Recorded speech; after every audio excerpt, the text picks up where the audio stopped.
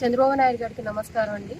Free bus అన్నారు, free bus లేదండి, ticket పెట్టుకొని వెళ్ళాల్సి వస్తుంది. మాకు రంపచోడవరం కానీ రాజమండ్రి కానీ వెళ్ళాలన్నా 200, 150 రూపాయలు అంటున్నారు. మరి చిన్న వాళ్ళు ఉంటారు, పెద్దవాళ్ళు ఉంటారు. మరి బస్ అన్నారు, ఈ పథకం అమల్లోకి వచ్చింది అన్నారు, అన్ని మండలాలకు అన్నారు. మా 4 విలీన మండలాలకి బస్సు లేకుండా అయింది. మాకు కనీసం బస్సు అన్నారు, నిన్నటి దాకా కూడా ఎక్కుదాం అనుకుని ఎవరు అడిగినా ఆధార్ కార్డు లేదని అన్నారు. మాకు ఈ సదుపాయం కల్పించగలరని మా కోనవరం 4 మండలాలకి మాకు బస్సు సదుపాయం కల్పించాలని, ఫ్రీ బస్సు ఇవ్వాలని. రాష్ట్రం మొత్తం ఫ్రీ బస్ అన్నారు.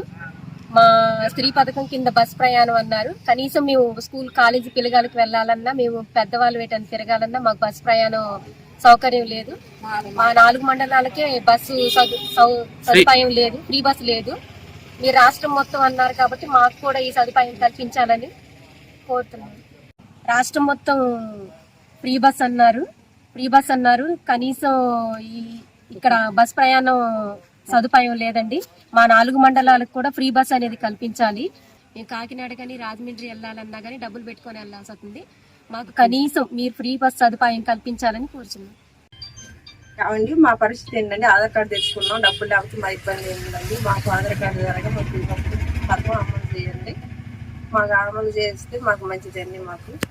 మేము ఎప్పటికైనా మేము ఇబ్బంది పడుతున్నాము డబ్బులు లేక. మాకు ఫ్రీ బస్ అనే ఎక్కితే ఇప్పుడు డబ్బులు అన్నారు, ఎక్కడ డబ్బులు బదులు చేసుకొని ఎక్కామండి. మాకు ఇబ్బంది, డబ్బులు లేకుండా ఎక్కాలంటే ఇబ్బంది కానీ మాకు ఆధార్ కార్డు తీసుకొచ్చుకున్నాము ఫ్రీ అంటే, ఇప్పుడు ఫ్రీ లేదంటున్నారు. మా పరిస్థితి ఏంటి, మాకు అమలు చేయండి ఆధార్ కార్డు ద్వారా ఫ్రీగా. మేము ఫ్రీ బస్ అని మీ ఆధార్ కార్డు తీసుకొచ్చుకున్నాము, మా ఆధార్ కార్డులో ఫ్రీ బస్ లేదంటున్నారు. మా పరిస్థితి ఏంటంటే మాకు కూడా ఆధార్ కార్డు ద్వారా తీసుకుండేలాగా ఆధార్ కార్డు మాకు ఫ్రీ అన్నారు, ఫ్రీ వచ్చేలాగా చెప్తారు.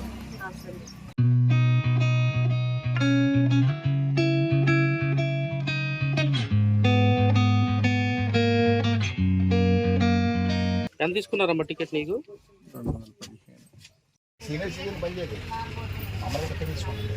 ఫ్రీ బస్ అండి, ఆధార్ కార్డు తీసుకొచ్చుకున్నాము. ఇంకా లేదమ్మా. ఆధార్ కార్డు తీసుకొచ్చారా? తీసుకొచ్చాము.